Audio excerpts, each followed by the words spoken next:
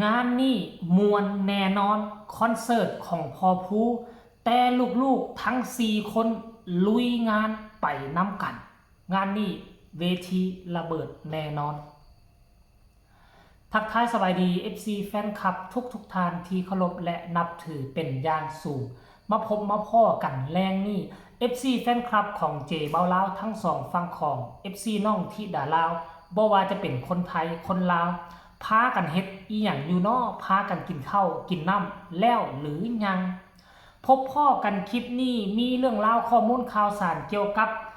งานคอนเสิร์ตทานผู้ชมแต่ว่าบ่เป็นงานคอนเสิร์ตของน้องธิดาลาวแต่อย่างใดเป็นงานคอนเสิร์ตของพ่อภูศรีวิไลได้รับเชิญไปแต่ว่าหอบเอาลูกๆเต้าๆเพื่อเป็นการไปฝึกฝนล่อหลอมอยู่บนเวทีอีกแล้วเนาะท่านผู้ชมช่วงนี้ช่วงเอกสารของน้องธิดาลาวยังบ่ทันผ่านเถื่อเฮาก็ยังบ่ได้รับงานอย่างเต็มปากเต็มคำหับแน่ยุดแน่ยั่งแน่ส่วนใหญ่แล้วก็จะเป็นงานซวยส่วนใหญ่แล้วก็จะเป็นงานไปแจมเพื่อเอาช่วงเวลานี้ฝึกฝนล่อหลอมให้เก่งกล้าสามารถเอกสารผ่านปุ๊บย่ำใดหับได้เต็มร้อยบาทนั้นห้ามให้มีความผิดพลาดแม้แต่น้อยเดียวท่านผู้ชมอันนี้มันเป็นเรื่องดีเลยเป็นการดีเลยเป็นงานดีสำหรับน้องธิดาลาวขั้นก่อนแล้วนี่ที่ว่าน้องเกิดเป็นคนไทยแม่เอาไปรับงานปัจจุบันนี้เลยเนาะบางเวทีบางครั้งบางคราวมันก็อาจจะบ่เหมาะสมบางครั้งบางคราวการแสดงของน้องมันก็จะเฮ็ดให้พวกเฮานี่เป็นห่วงอาจจะแสดงบ่ได้เต็มสปีดเพราะฉะนั้นเอาช่วงนี้แหละพิษให้มันพิษช่วงนี้พลาดให้มันพลาดช่วงนี้เพราะฉะนั้นแล้วพอภูศรีวิไลก็เลยตัดสินใจลงกับเจ้าภาพคุยกับเจ้าภาพโอเคงานนี่เป็นงานคอนเสิร์ตพอแต่ขอเอาลูกๆเต้าๆมาฝึกฝนล่อหลอมได้บ่เนาะทั้งเจ้าภาพเจ้าการเจ้างานเพิ่นก็บ่ปฏิเสธตกลงให้ไปนํกันพอภูศรีวิไลก็เลยเฮ็ดรูปนี้ออกมาโพสต์เคลื่อนไหวพร้อมเขียนรายละเอียดว่านี่นะคอนเสิร์ตพอ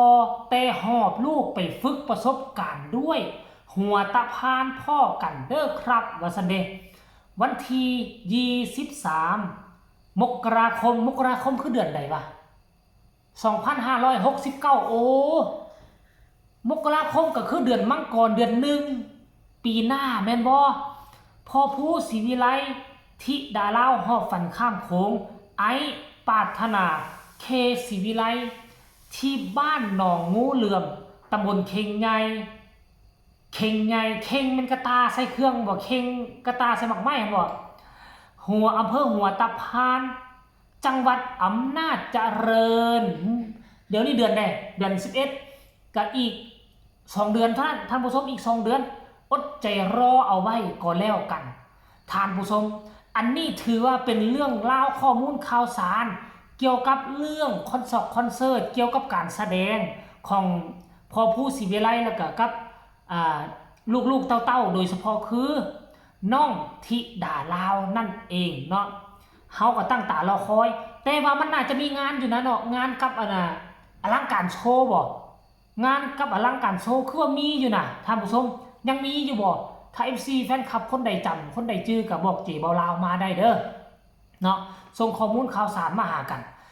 หลังจากพอภูศรีวิไลโพสต์เคลื่อนไหว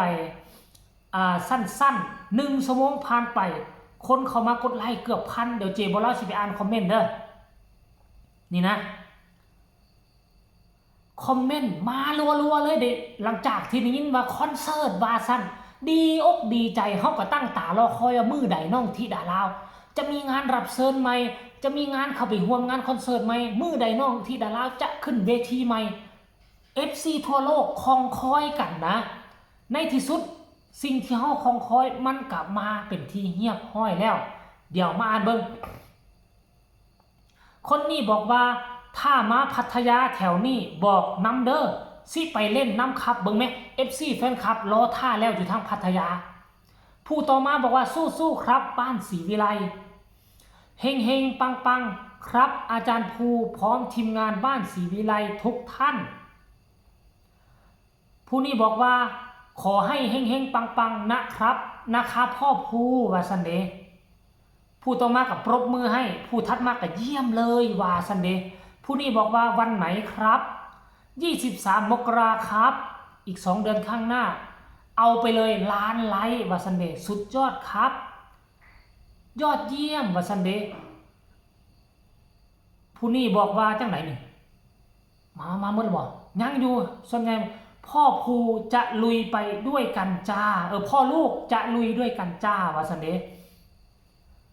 แจ๋ววาสันสุดยอดคุ้มค่ากำไรคนดูเต็มวาสันเดโอ้ย FC แฟนคลับเข้ามาให้กำลังใจกันคับค่าหนาแน่นเลยล่ะคับค่าหนาแน่น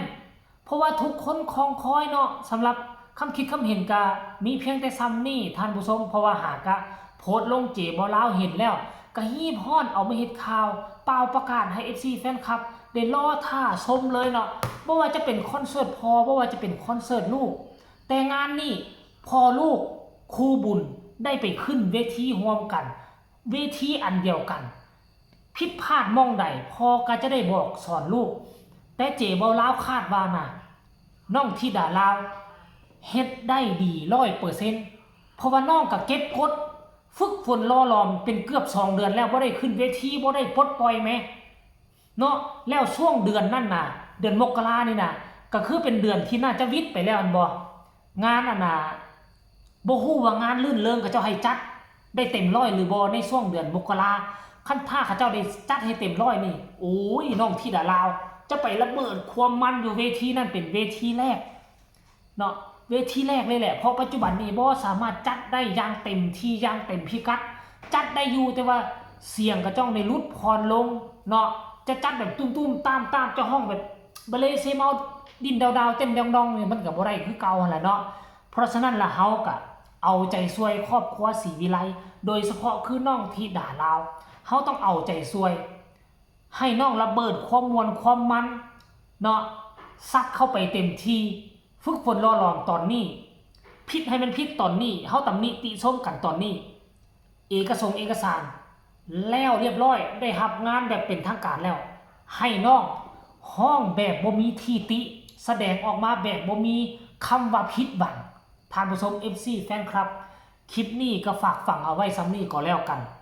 จบคลิปนี้เจบ่าวก็จะไปกินข้าวกินน้ำฝากทุกคนกดไลค์กดแชร์กดติดตามให้เพื่อจะบ่พลาดในคลิปต่อไปที่สำคัญอย่ากดข้ามโฆษณาพบกันใหม่ในคลิปหน้าสำหรับคลิปนี้สบายดี